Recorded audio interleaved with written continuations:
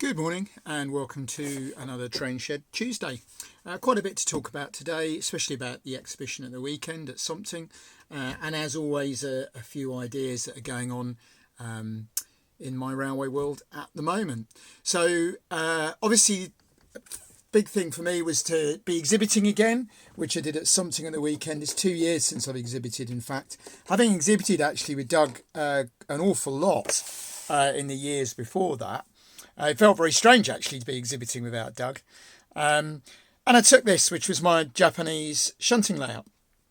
Very interesting. I met some wonderful people. The people having a go idea, it worked quite well. Especially some of the kids really enjoyed it. I think they were quite surprised to be allowed to have a go at what is a proper, if you like, a proper model railway, not one of the kids' railways that like Something put on and a few people, which was really good fun. Somebody said it made his son's day, which was lovely. And also a few enthusiasts, older people who perhaps hadn't had a go at shunting in. There were 3 or 4 guys hadn't had a go at shunting in.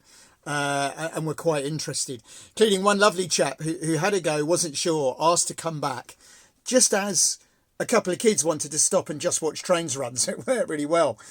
He got the several different generations enjoying the layout. Shout out to James from Something, who was also keen to have a go at shunting to see how he got on with it. And actually, once people had picked the knack up, it worked very well. And another interesting fact was there was a couple of people there with automatic systems, and they weren't 100% reliable either, having spent a great deal more time and money trying to get it to work. I'm led to believe once it worked, it was really good, but you could argue the same actually about manual couplings, just using an uncoupling hook. But there were a few issues with it. And I'm booked into Pevensey on the 5th of July. So please put that in your diaries. That's actually in Eastbourne, the church in Eldon Road. I'll do details nearer the time. But we've got to make a couple of changes to it. So when I got there, really too late, fortunately just before I left, actually the day before, I realised that I shunt this at a high level and on a table it would be too low. Now, it's not a problem. I took a little stool and people could sit and have a go. But that's not going to work for Pevensey. So actually what I've got down here is some offcuts of timber that have come out of the skip off the building project we're doing. So I will simply make long legs. So if you see these, imagine then the other way up, and that will give us the height we need. The other issue was around the longer bogie wagons that I thought would be better because they were bigger. But unfortunately, if you should be a little bit new to it, a little bit heavy-handed, the bogies almost always derail, whereas with the 4-wheel wagons, they tend to drop back down on their wheels. So I'm going to change that for Pevensey. I'll get some shunting cards done, these ones, of the newer the different wagons, the 4-wheel wagons. And then I think with all that, it'll work quite well. I also got a lot of interest in the layout because it's Japanese, and a number of people very impressed with both the running quality of the locomotives and the rolling stock, and of course the price being half what it is for UK outline. So all in all, it was a very successful day. It was very good for the Something Club. Really big increase on visitors, some of which was down to you guys. Thank you very much. Big shout out to everybody that came and saw me and said hello. Can't remember everybody's names, but it really was appreciated how many people came and said hello. That was wonderful. So it's got me thinking then, as I always do, me and Doug are always the same, that as we were driving home for a show, we're always thinking about what we're going to do next time. I like the idea of letting people have a go at shunting and running the layout. I do like that because usually if you're having a go, you're having a go at watching trains go round and round. So to have a shunting layout which people can have a go on is still a good idea. But possibly it was a step too far in N. It needs a little practice. So a couple of other options that I'm thinking about. One is HO, because I've got 3 wonderful, but I've got 2 really good. I never know if this is Pico or Pico. These were the Hobbyline trains, and you can see I paid £55 for that a couple of years ago. They are superb. They're very heavy, all-wheel drive, all-wheel pickup, run very smoothly and slowly. And I've got, if I can find where I put them, I've quite a big range of excellent wagons. And actually, if you get the HO wagon couplings, the same make, they uncouple really easily with coupling hooks. So that's one option. The other is to stick with O, which I've spoken about before, which is the Lima O. And I'm still quite keen on that because that would tick a couple of boxes for me. One, it's big and chunky enough to shunt. And two, it would upset some of the O purists I've come across who really don't rate the old Lima very much.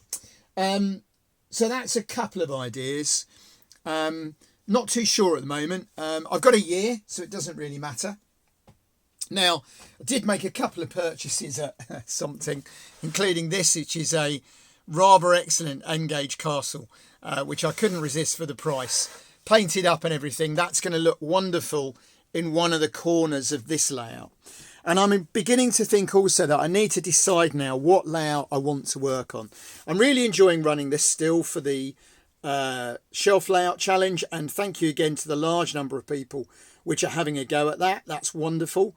But I think it's possibly time I concentrated on this layout, which is going to be the big N-gauge layout.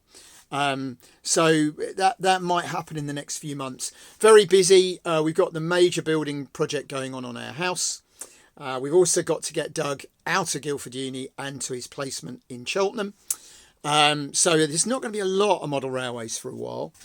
I do like this layout for the shunting challenge. This was the 001 that was in the last video. Just started painting the track. I've got a back scene on order and I think I will persevere with that. I'm getting less far with that one, which is the oval for the challenge. Not got so many ideas on that, but I realise that if I'm not careful and I work on that and I work on, you know, something for next year's exhibition, I'm not going to finish anything.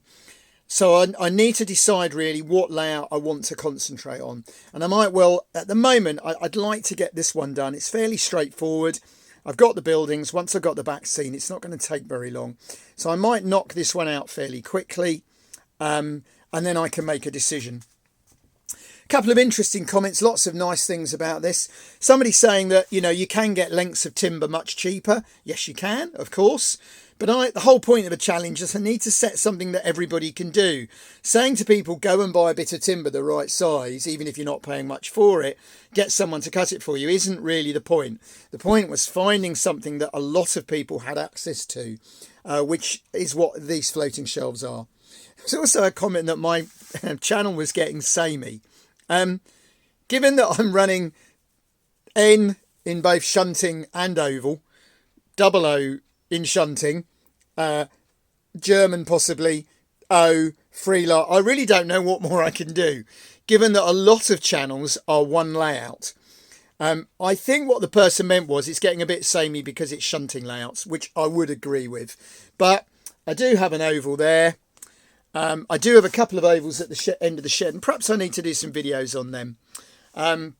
Hopefully I'm not getting too samey though, and people are still enjoying the videos. So a really important weekend for me. Not a lot of progress on any of the layouts because of getting ready for the weekend. But I thought, I know a number of people enjoy these, so I thought I'll just do a quick Train Shed Tuesday. Update on the various projects, update on the show. And as I say, as always, I've got projects on the go. So thank you for watching. Little short video this time, only going to be about 9 minutes. Some interesting comments where I've pointed out that the average duration is 30 seconds on YouTube. Now that's obviously because the vast majority of people on YouTube are a younger generation with shorter attention spans. Given in the model railway world, judging by the number of people who commented last time that they watched the video to the end, then obviously that's not such an issue. But interesting all the same. I am at some point going to have to do a video which shows me, because I don't do these videos where I show my face for a long while, like some of them. You're not watching me, you're watching trains. But I might need to put a picture of me on at some point so that people can recognise me when we're at the shows. The very poor picture on the website's not a lot of good, considering I'm 10 years older than that, very much greyer, and I'm currently sporting a short clipped grey beard. So anyway, most people seem to recognise my voice, which is good. So thank you very much for everybody for all your support. Thank you to everybody that came at the weekend. It was a great show, and I look forward to seeing some of you at the Pevensey Model Railway Club show July the 5th.